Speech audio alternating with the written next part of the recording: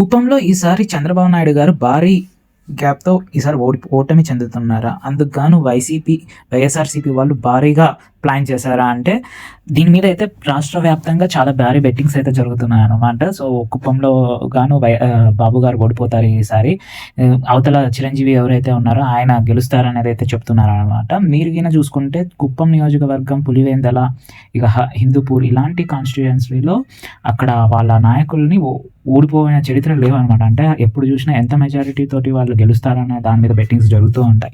కానీ ఈసారి విచిత్రంగా కుప్పంలో చంద్రబాబు నాయుడు గారు ఓడిపోతారు అనేది అయితే చాలా బెట్టింగ్స్ అయితే జరుగుతున్నాయి అనమాట.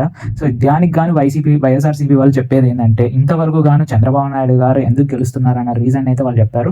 దాదాపు 30 నుంచి 40 వేల ఓట్ల దొంగ ఓట్లని తమిళనాడు నుంచి వీళ్ళకి నియమించుకున్నారంట. సో వాళ్ళు ప్రతి ఏడాది వచ్చి ఓట్లు వేసి వెళ్ళిపోతారంట. అందుకనే బాబు గారు గెలుస్తూ ఉన్నారు. సో ఈసారి అయితే ఆ పప్పులు ఉడకవు, జగనన్న వాలంటీర్స్ వ్యవస్థను పెట్టేసి ఆ దొంగ ఓట్లను అయితే తీసేశారంట. దాదాపు 30 నుంచి 40 వేల ఓట్లు అయితే తీసేశారంట. అందుకే 90% ఓటింగ్ అయితే ఈసారి నమోదైంది అత్యధికంగా రాష్ట్రంలోనే. సో అందుకు గాను పిఠాపురంకి ఎంత అయితే బెట్టింగ్ జరుగుతున్నాయో కుప్పం కూడా అంతే బెట్టింగ్ జరుగుతున్నాయి బాబు గారు ఓడిపోతారని. అది జగన్ గారి ప్లానే అయిందని చాలా మంది చెప్తున్నారు అనమాట. చూడాలి మరి జగన్ గారి ప్లాన్ సక్సెస్ అవుతుందా లేదా అని. మనం చూసుకుంటే 2019లో దాదాపు 40,000 మెజారిటీతో అయితే 30,000 మెజారిటీతో అయితే టీడీపీ అయితే గెలిచిందనమాట. అంతకుముందు చూసుకుంటే 49,000 మెజారిటీ తోటి గెలిచింది. అంటే రాను తగ్గిపోతుంది మెజారిటీ లెవెల్స్. ఈసారి కూడా ఇంకా భారీ మెజారిటీ, ఆ 30,000 తీసేసాం కాబట్టి ఇంకా మెజారిటీ తగ్గుతుంది. కాబట్టి బాబు గారు అయితే ఈసారి ఓడిపోబోతున్నారు కుప్పంలో అనేది అయితే వైఎస్ఆర్సీపీ వాళ్ళు గట్టిగా నమ్ముతున్నారు. చూడాలి మరి. అదే టీడీపీ వాళ్ళని అడిగితే టీడీపీ 1,00,000 మెజారిటీ ఓటుతోటి చంద్రబాబు గారు అయితే ఈసారి గెలవబోతున్నారు.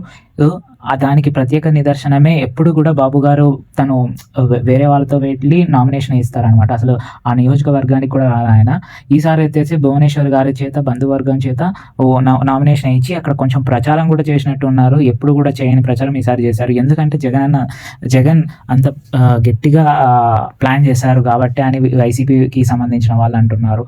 బట్ ఏది ఏమైనప్పటికీ కుప్పంలో బాబు గారు గెలుస్తారా ఓడుతారా అని ట్విట్టర్లో కూడా ట్రెండ్ చేశారు వైసీపీకి సంబంధించిన వాళ్ళు.